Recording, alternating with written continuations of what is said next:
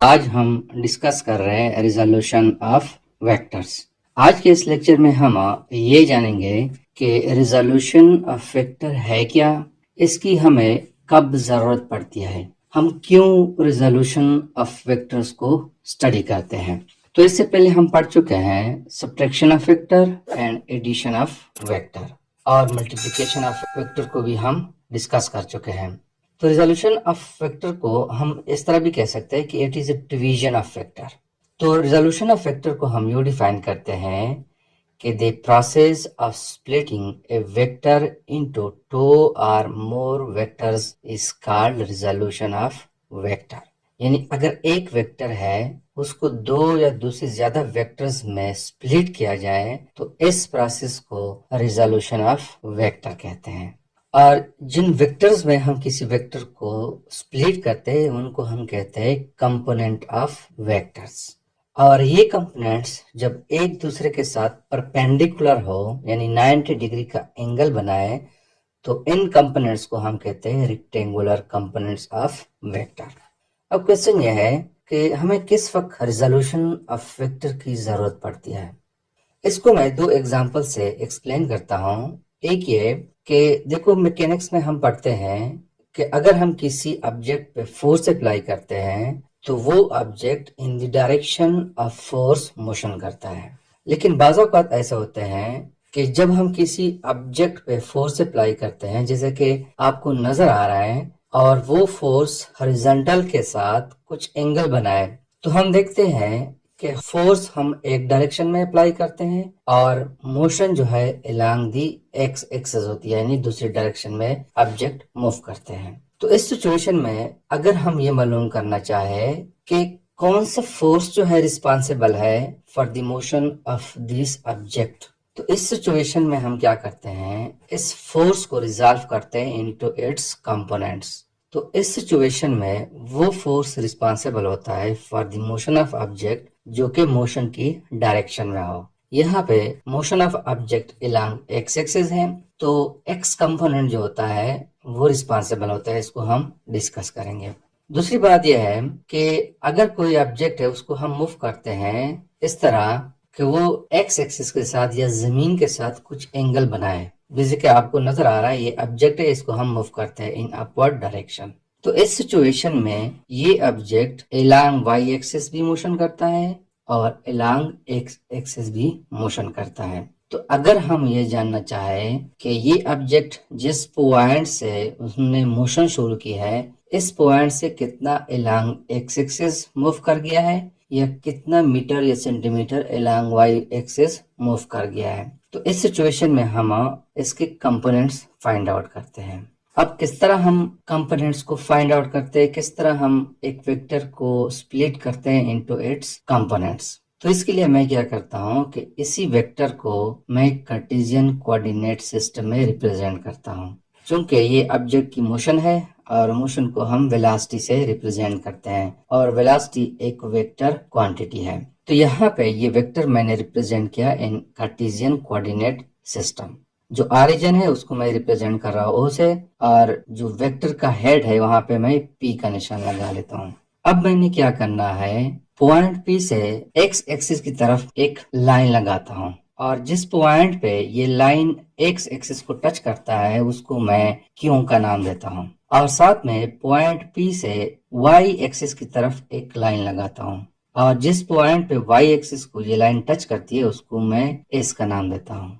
अब ये S P line जो है ये चूंकि अलोंग एक्स एक्सिस है तो इसको मैं नाम देता हूँ वी एक्स, यानी कि वी वेक्टर का एक्स कंपोनेंट। और पी क्यू लाइन जो है ये अलोंग वाई एक्सिस है, तो ये वेक्टर हो गया वी वाई। तो ये कंपोनेंट्स है वेक्टर वी के। वी एक्स को मैं एक्स कंपोनेंट कहता हूँ और वी वाई को वाई कंपोनेंट मैं कहता हूँ। तो ये वेक्टर वी के दो कंपोनेंट्स है। इसको मैं रिप्रेजेंट कर रहा हूँ अलोंग एक्स एक्सिस और अलोंग वाई एक्सिस, और ये दोनों वेक्टर्स 90 डिग्री का एंगल एक दूसरे के साथ बना रहे हैं। तो it is called rectangular components of vector V. अब अगर मैं इसको मैथमेटिकली लिखना चाहूँ तो वी वेक्टर जो है यहाँ पे मैं लिखता हूँ कि V vector it is equal to V X यानी X component plus V Y component. तो it is the sum of two vector, मतलब यह है कि वेक्टर v जो है it is a combination of V X and V Y.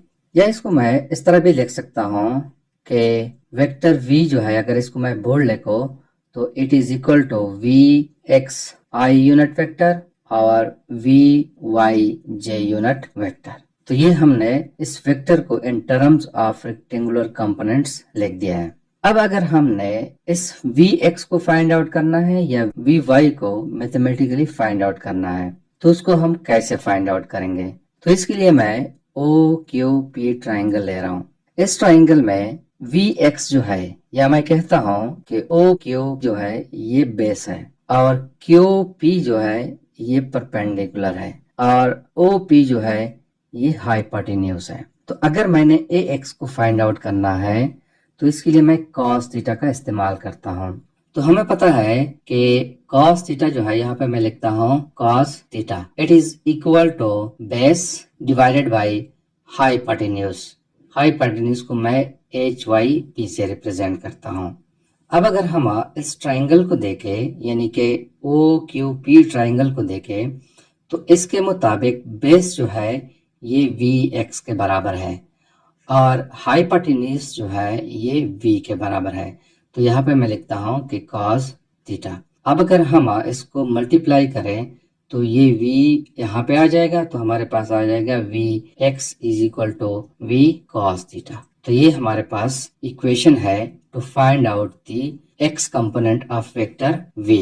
Similarly अगर हमने y कंपोनेंट को फाइंड आउट करना है तो उसके लिए मैं साइन थीटा का इस्तेमाल करता हूँ। हमें पता है कि साइन थीटा जो है it is equal to perpendicular और नीचे हाइपोटेन्यूज। तो ये इक्वेशन है फॉर साइन थीटा।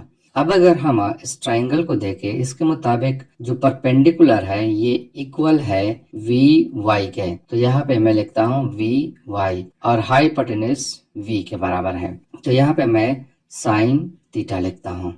अब अगर इसको मैं रीअरेंज करो तो वी वाई जो है यानी वाई कंपोनेंट जो है it is equal to V sine theta. तो ये इक्वेशन है फॉर वाई कंपोनेंट। अगर हमें v का पता हो इस वेक्टर का पता हो तो इन दो इक्वेशंस से हम vx और vy की वैल्यू फाइंड आउट कर सकते हैं।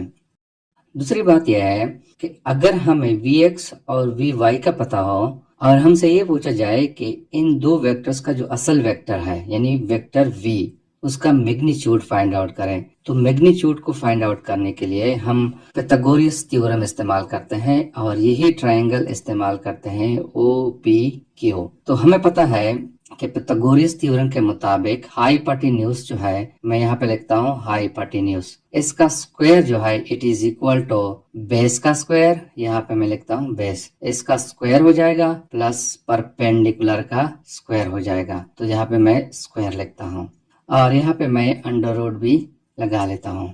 ये अंडर रूट हो गया और ये अंडर रूट हो गया। अब इस ट्रायंगल के मुताबिक हाइपोटेन्यूज जो है ये बराबर है v के और यहाँ पे ये अंडर रूट और स्क्वायर को मैं कैंसिल करता हूँ तो हमारे पास v आ जाएगा और यहाँ पे मैं अंडर रूट लिखता हूँ। तो बेस जो है ये हमारे पास इक्वल है वी एक्स के तो वी एक्स का स्क्वायर और परपेंडिकुलर बराबर है वी वाई के। तो ये हमारे पास इक्वेशन है to find out the magnitude of any vector. Similarly अगर हमने डायरेक्शन को फाइंड आउट करना है तो डायरेक्शन के लिए हम इस्तेमाल करते हैं टेंजेंट थीटा। तो यहाँ पे मैं लिखता हूँ कि tangent theta is equal to हमें पता है कि it is equal to perpendicular divided by base और ट्राइंगल के मुताबिक परपेंडिकुलर जो है वी वाई और बेस जो है ये बराबर है वी एक्स के। तो यहाँ पे मैं लिखता हूँ कि टेंजेंट थीटा जो है it is equal to V Y divided by V X. अब मैं क्या करता हूँ कि चूंकि हमने थीटा को फाइंड आउट करना है तो ये हो जाएगा tangent inverse V Y divided by V X. तो इस इक्वेशन से हम थीटा को फाइंड आउट कर सकते हैं। इसके अलावा अगर हमारे पास एक वेक्टर है जो कि 3 डायमेंशन में है तो उसको हम मैथमेटिकली इस तरह लिखते हैं, उसका मैग्नीट्यूड हम फाइंड आउट करते हैं कि फॉर एग्जांपल वेक्टर ए है तो इसकी 3 कंपोनेंट्स हो जाएंगे। एक कंपोनेंट एक्स एक्सिस अलोंग हो जाएगा, दूसरा अलोंग वाई एक्सिस हो जाएगा और तीसरा अलोंग जेड एक्सिस हो जाएगा। तो उसकी मैग्नीट्यूड हम इस इक्वेशन से फाइंड आउट कर सकते हैं। तो it's all about the resolution of vectors.